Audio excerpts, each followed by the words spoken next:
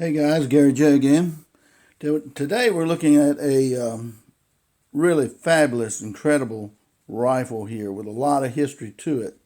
And a lot of rifles and guns do have a great history, especially when you look at the origin of them. Now you may have noticed this one right off the bat, that this is a Winchester Model 94. Winchester Model 94, 30-30 caliber. The reason you might notice and recognize this particular rifle is because it is probably the most popular rifle ever made in the United States. Over 7 million of these were sold, and they go back to 1894. 1894. So this is a lever action repeating rifle. Again, it became one of the most popular guns of all time, one of the most popular hunting guns of all time. A lot of deer have been killed with this particular model because it's a 30-30. 30-30 is a great cartridge for shooting deer and animals that size. And this is a carbine, which has got like a 20-inch barrel. There is a rifle version too, which has a longer barrel, and it's a very nice looking Model 94. Now, you think about the 94, where did that come from? Well, it's the Winchester, so you got to think about who created Winchester. A fellow by the name of Oliver Winchester started Winchester Company, and that's what makes it kind of remarkable when you look at Oliver Winchester had the 1873 Winchester, 1873. The 1873 Winchester was one of the first of the repeating arms like this with lever action. So in the introduction of that one, it became very famous and would be taken into many different wars as a gun that used in warfare because it was a repeating arm, which was built after the Henry rifle. Got some of the ideas from the Henry rifle when they built the 1873 way back then. But the beauty of the 1873 was that it was just a gun that you could shoot all day compared to the single shots that they had in that time period. And they made a movie called Winchester 73 and with Jimmy Stewart, and that's a great movie there. About the 73, but we're talking about the 94, which is one of my favorite all-time rifles here. I have a lot of sentimental value with this one. And what happened was that John Browning got involved with Winchester to help him design this particular Model 94. Now we're looking at 1894 design. And they wanted a rifle that was more powerful than the regular rifles they had. They would come up with a 30-30 cartridge, which was a lot stronger than anything they had before that period of time. So it was in, I guess back in 1894, that these were generally chambered for two metallic black powder cartridges, the 3240 Winchester and the 3855 Winchester. That's all they shot way back then. John Browning, the great genius of gun designing and engineer and maker and just incredible fellow, helped out Oliver Winchester in designing this particular one as far as the 94 Winchester was concerned.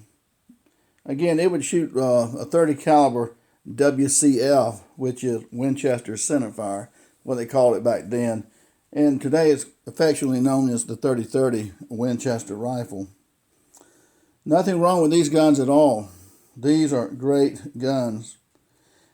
And they would make over 7 million of these rifles.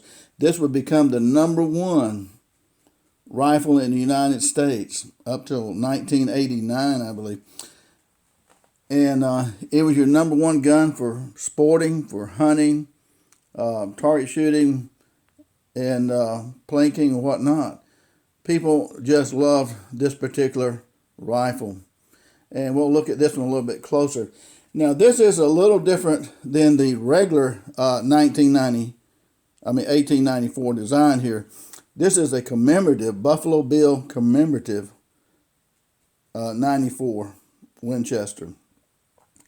And they came out in 1968. 1968 is when the Buffalo Bill commemorative came out. And I can't think of a better person to name a particular rifle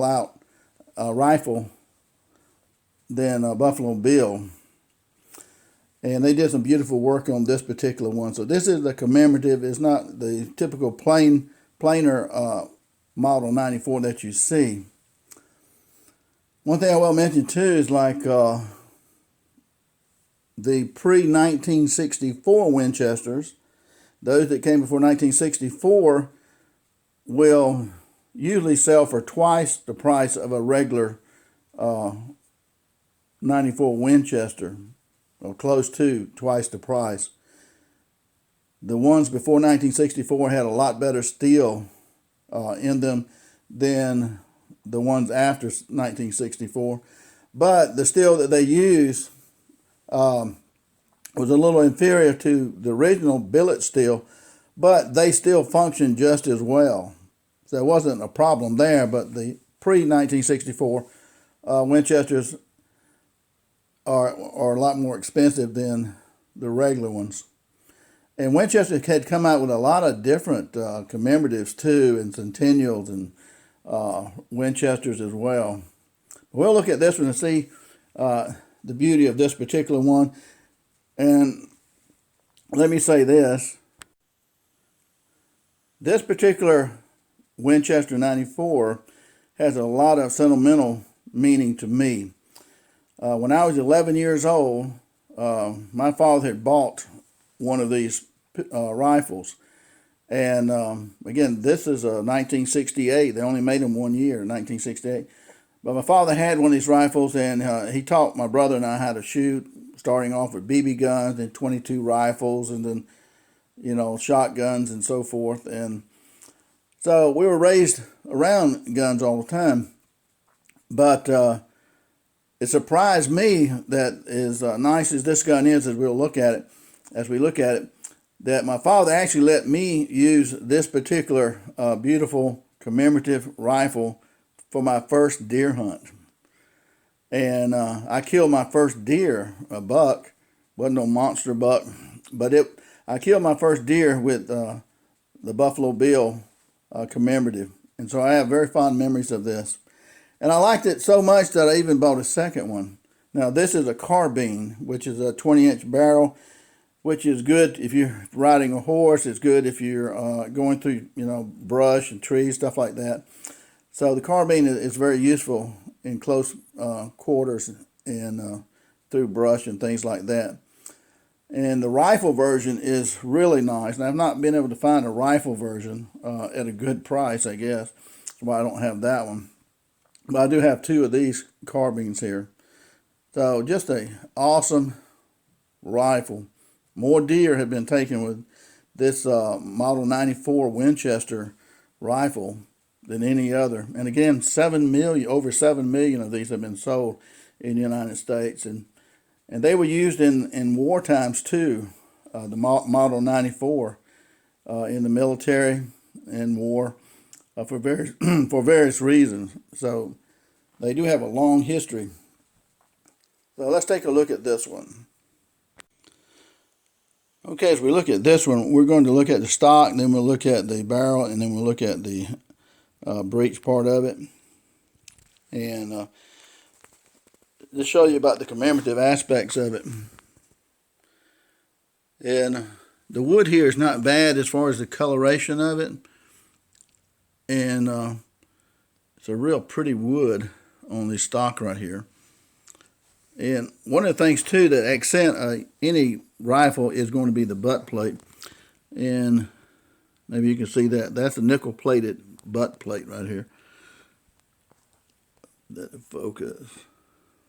Okay. Really beautiful butt plate. And that's some pretty wood right there. It's hard to find guns sometimes with really pretty wood. Now look at that. That's got some beautiful wood in the fore-end stock right here.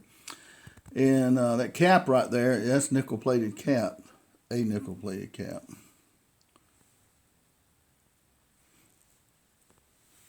But that's some pretty wood in there on this commemorative right here. And we'll look at the other side of it. Okay, looking at the other side here, we see we still have some pretty wood in this stock right here. And here's your commemorative medallion here. And this is my finger here, so that's pretty large. That's bigger than a $50, I think. And let's see. You can see the date there. It was 1846 to 1917 Buffalo Bill. So that's a nice addition to put the medallion in here. And again, we see the pretty wood here. Nice grain right there. And the fore-end on this one is really nice too. And then we have a nickel plated cap on it right here. Now looking at the barrel,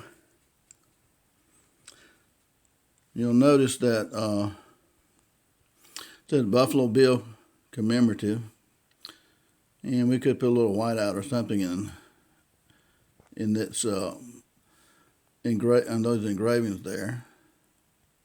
But this is a typical front sight right here that you see on these, and that's a really nice sight to me. And notice this is an octagon barrel, 8-sided barrel.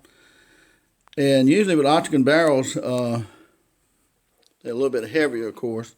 But most of all the 94s had round barrels. They didn't have an octagon barrel. And we see we have our tube feed right here. And so this is really a pretty rifle.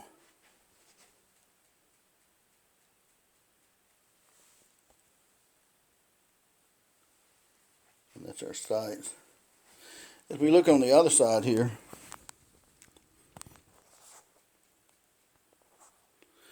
there's Winchester made in USA. And that's really well done, isn't it? The way they inscribe. And right here, we have Buffalo Bill. And that's beautifully done right there. And we have our saddle ring there. You can tie it to your saddle. But that's really pretty to me. And remember, we have on the back of that, the butt end of this, we have a nickel-plated butt plate. And then we have this hammer right here. And this hammer right here is machined. And it's almost like a nickel-plated hammer on here too, with a nickel-plated saddle ring.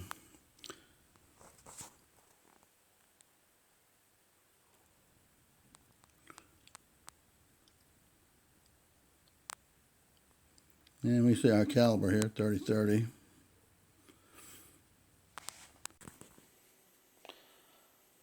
This is one thing I want to show you too, which I really like.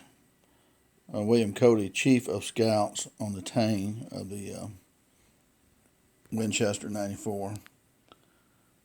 I love the scroll work, the writings on this. It's just really, really nice. A couple of things I really like about this too is that you have this nickel-plated butt plate, as we looked at, and that's really nice. And also, to accentuate that, we have a steel, almost nickel-plated looking hammer here as well. And that really looks nice with the nickel plate. And we also have a trigger that's beautifully made that accentuates the hammer too. And your cartridge feed right here is nickel plated, and that looks really good. And we see the scroll work on this side right here compared to the Buffalo Bill on the other side, and that is really pretty. Then we see Buffalo Bill commemorative here, and this is just to remind you what the other side looked like. Buffalo Bill, and this ring right here. It's just beautiful, beautiful work on this rifle. Again, Oshkosh barrel on top of all of that makes it a little bit heavier, but it's not that heavy.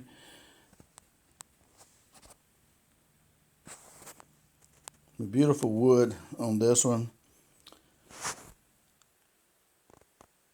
I'm trying to keep it in focus here.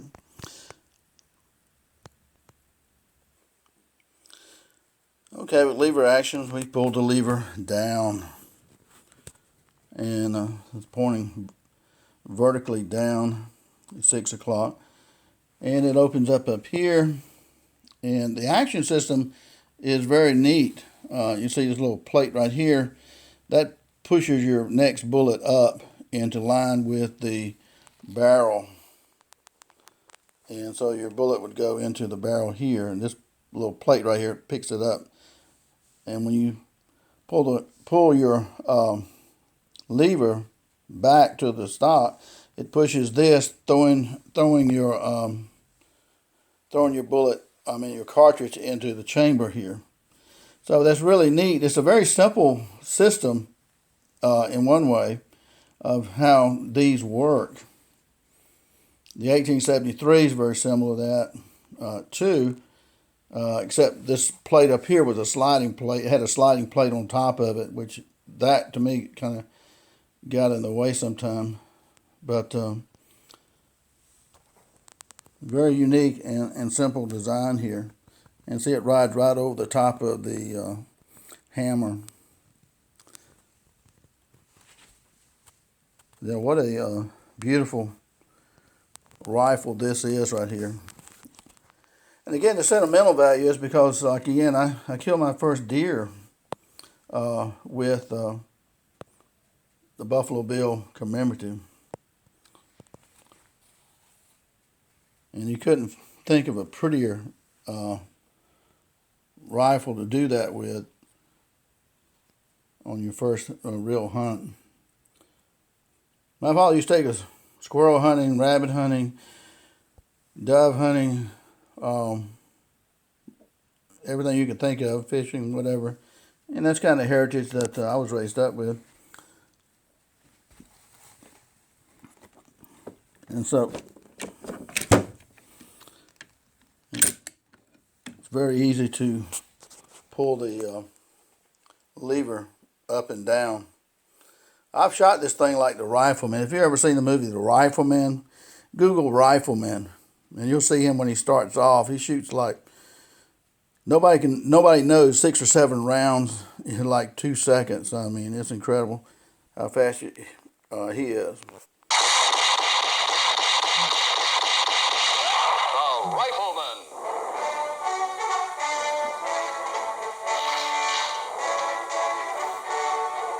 Starring Chuck Connors. But anyway, this is just a beautiful rifle to me, and I'll show you the other one. This is the second one that I bought. Actually, right here, it's a little bit better shape as far as cosmetics. Okay, I put the one on top. That's the one that I had originally when I killed my first deer when I was 11 years old. And you can see there's a little bit of wear on this one right here. It's not bad, but you see you got the Buffalo Bill commemorative, and you have the nickel-plated plate on the back of the stock.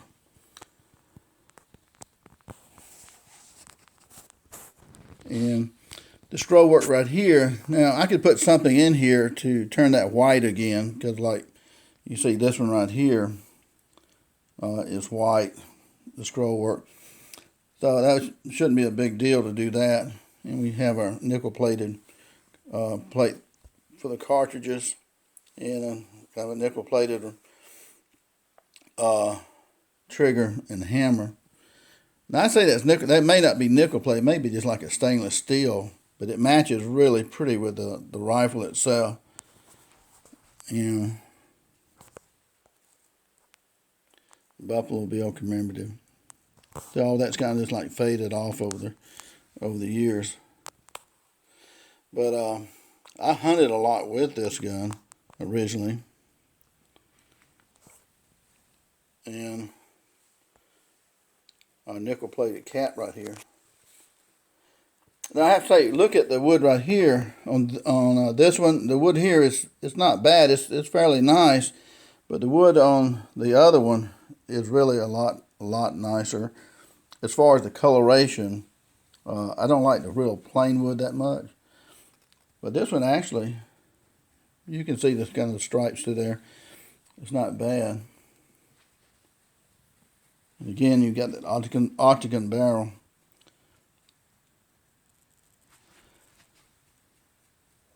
But you're not going to find, you know, a Model 94 much prettier than this. They do make a lot of different commemoratives. You can look them up. They got a John Wayne one, which has got a big loop right here. When the loop comes up here, kind of like the Rifleman. I always thought that would be neat to have. Okay, look at the other side here. Got a little bit of coloration in the stock here. And here on the Buffalo Bill, you see, get that in focus, the white pretty much missing. And a lot of that is probably from wiping these guns down. I always wipe these guns down a good bit with oil and stuff like that. So that probably just deteriorated on that one. But as you see, this one here, that really stands out really nicely. So I probably do need to redo that. That should not be a problem at all. And but it's good to see a gun that's actually been used. You know, that's what they're for. But I just always really thought this was one of the most beautiful rifles I've ever had. Especially, you know, when you're 11 years old and this is the first rifle that you actually shoot your first deer with. You know, just beautiful guns. Well, guys, thanks for watching. And there are a lot of commemoratives out there. There are even centennial models and so forth.